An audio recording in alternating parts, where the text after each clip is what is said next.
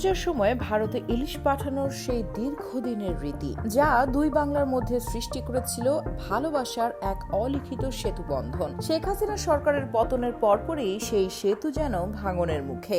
দেশের বাজারে যখন ইলিশের দাম আকাশ ছোঁয়া, তখন ইলিশ রপ্তানি করায় সমালোচনার মুখে পড়তে হয় সরকারকে। অন্তর্বর্তীকালীন সরকার দায়িত্ব গ্রহণের পর ইলিশ রপ্তানি বন্ধের সিদ্ধান্ত নিয়েছে, যা নিয়ে উভয় দেশের মধ্যে দেখা দিয়েছে মতবিরোধ।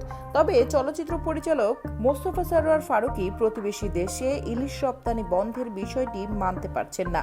এক ফেসবুক পোস্টে ভারতে ইলিশ পাঠাতে সরকারকে অনুরোধ করেছেন ফারুকী। শুরুতেই নিজের ইলিশ রপ্তানি বিষয়ক মতামতকে আনপপুলার অপিনিয়ন আখ্যা দিয়ে ফারুকী পোস্টে লিখেছেন, আনপপুলার অপিনিয়ন, কিন্তু কথাটা না বলে পারছি না। আমি চিরকাল আমাদেরকে উদার উষ্ণ বলেই জানতাম। আমাদের নাখালপাড়ায় ছোটবেলার একটি রেগুলার দৃশ্য ছিল, কোনো বাসায় ভালো কিছু রান্না হলে পাশের বাসায় বাটিতে করে পাঠিয়ে দেয়া।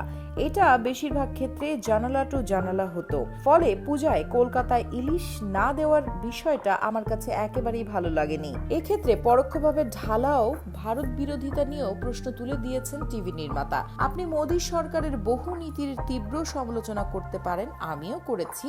আমার বহু ভারতীয় বন্ধুও মোদীর তীব্র সমালোচনা করে, কিন্তু ভারত মানে 100 কোটি মোদী নিশ্চয়ই নয়। যেমনই পাকিস্তান মানে সব ইয়াহিয়া খান নয়, ভারতের ভিতরেও কত যে ভারত আছে। সবশেষে ফারুকীর অনুরোধ, যাই হোক না কেন পূজায় ইলিশ পাঠিয়ে বড় মনের পরিচয় দিলে খুশি হতাম। অন্যদিকে দেশের বাজারে ইলিশের যোগান স্বাভাবিকভাবে রাখতে বাংলাদেশ সরকার নিজের সিদ্ধান্তে অনড়। এইভাবে যেন ইলিশের কাঁটায় আটকে আছে দুই বাংলার কূটনৈতিক সম্পর্ক। ভবিষ্যতে কি ঘটতে চলেছে সেটা এবার দেখার পালা।